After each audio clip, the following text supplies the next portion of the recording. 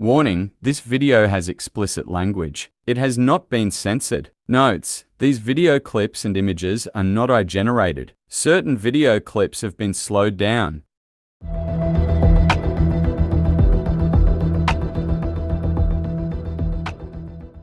On August 5, 2024, Solomon asked Tony a basic question. His answer confused me and I became suspicious. Then I felt compelled to do an investigation. Where do you live? Right there. Where, in the restaurant? Up top. On top of the restaurant? Yeah.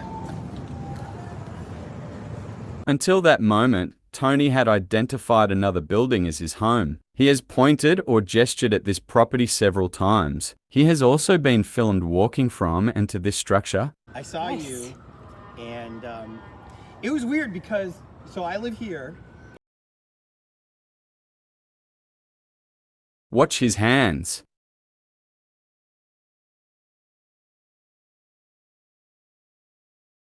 Clear, buddy.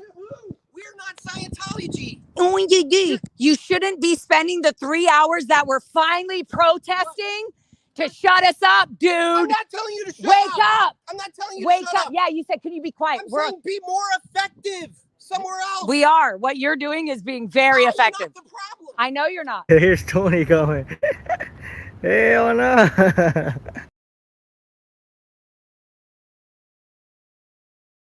No.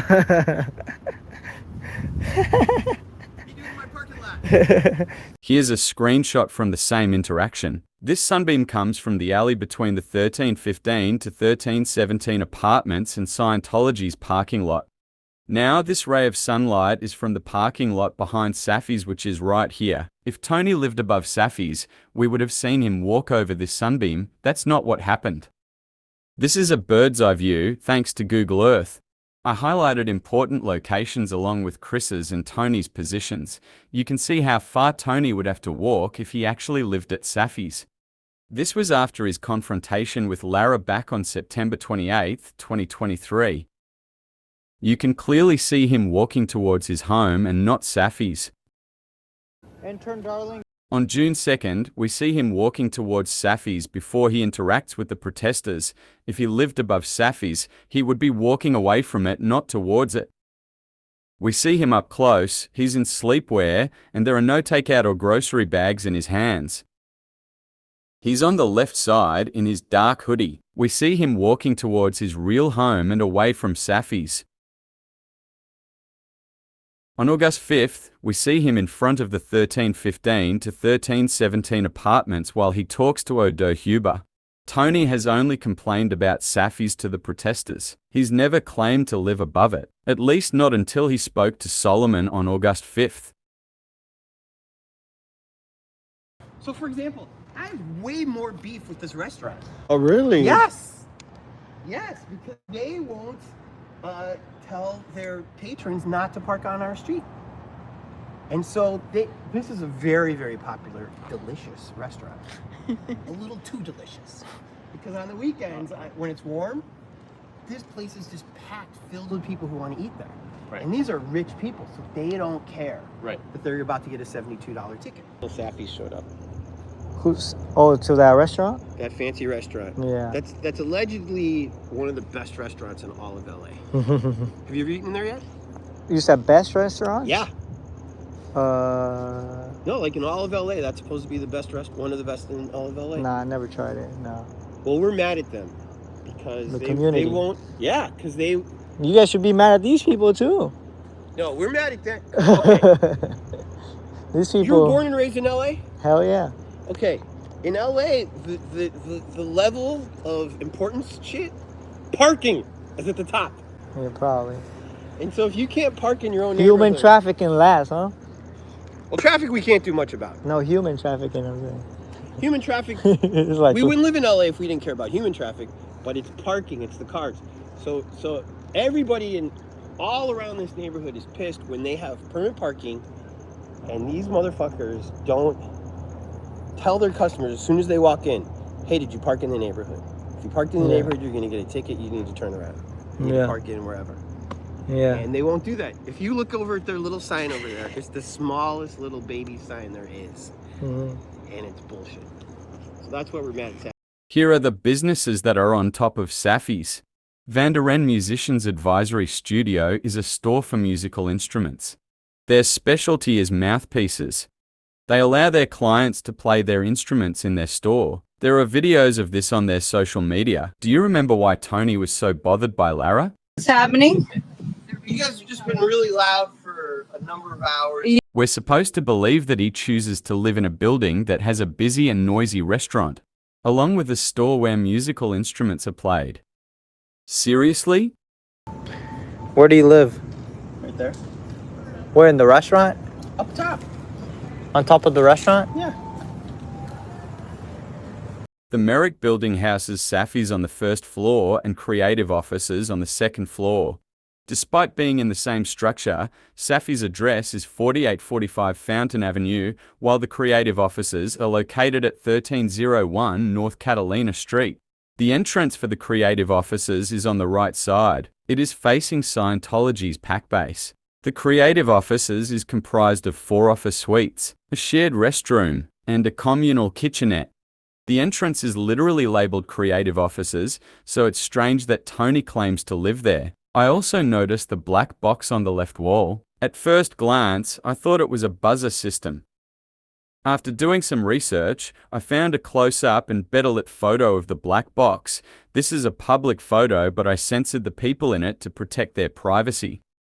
Here's the black box by itself. It looks like an intercom with a keypad. It looks like the second floor isn't accessible by the general public. It would be hard for Tony to freely enter the building, especially if he was secretly and illegally living there.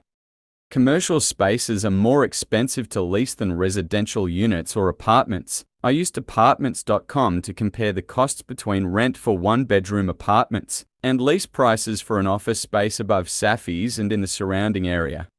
There is a listing for a vacant office suite above Safi's. It would cost Tony $3,267 per month to lease that office suite. That means he would be paying $1,200 to $1,600 more to lease an office suite compared to renting an apartment.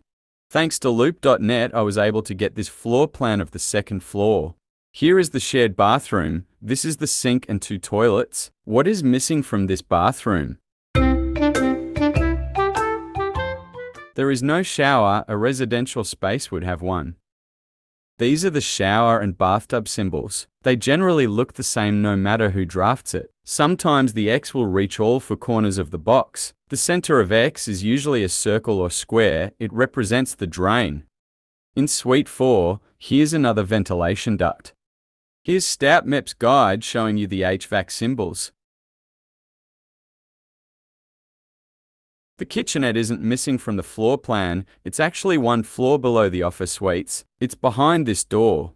Clearly, these suites are only for office or commercial use, not residential. However, I wanted confirmation from someone in LA, and they had to be personally familiar with the Merrick Building. I contacted several people who are connected to the property. One person responded to me in a timely manner. They confirmed to me that the second floor suites are only for office use, and assured me there are 0 residents there. Thank you for watching. Please watch until the end. I discovered something interesting about the Merrick Building and its connection to a familiar figure.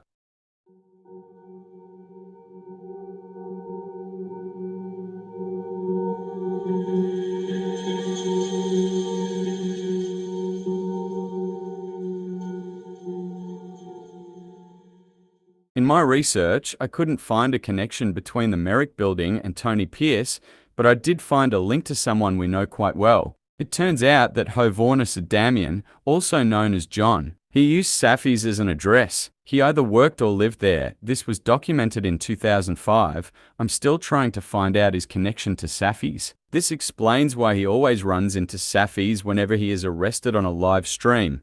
John has done the following to the protesters: brandished knives, stole their phone, spit on them, threatened to cut up their sign with his knife, threw objects at them, poured water on their sidewalk chalk writings, said sexual comments to them including Solomon and he knew Solomon is underage, repeatedly lied to them, posed as a private investigator and tried to get their personal information, bullied them for being bald, bullied them for their weight, bullied them for their gender identity, falsely accused them of bullying him and his wife. On May 18, 2024, he was arrested at Safi's, right next to the entrance of the creative offices. His arrest is unrelated to the protesters. But it was satisfying to see him be held accountable. I'm so used to seeing the peaceful protesters being unjustly arrested. Allegedly, he also assaulted random people in that area on May 3rd. But for some reason, he wasn't arrested for those crimes. At the time, we didn't know why he was arrested. All we knew was that it was unrelated to the protesters, and that it was his third arrest in 15 days. It was also his second felony arrest in the same time span. He was arrested for inflicting corporal injury on a spouse or cohabitant. He's been in jail since that day, but his next court date is on August 22nd. It's a relief to know that he's no longer free to abuse people. Thanks again for watching. Please like and subscribe.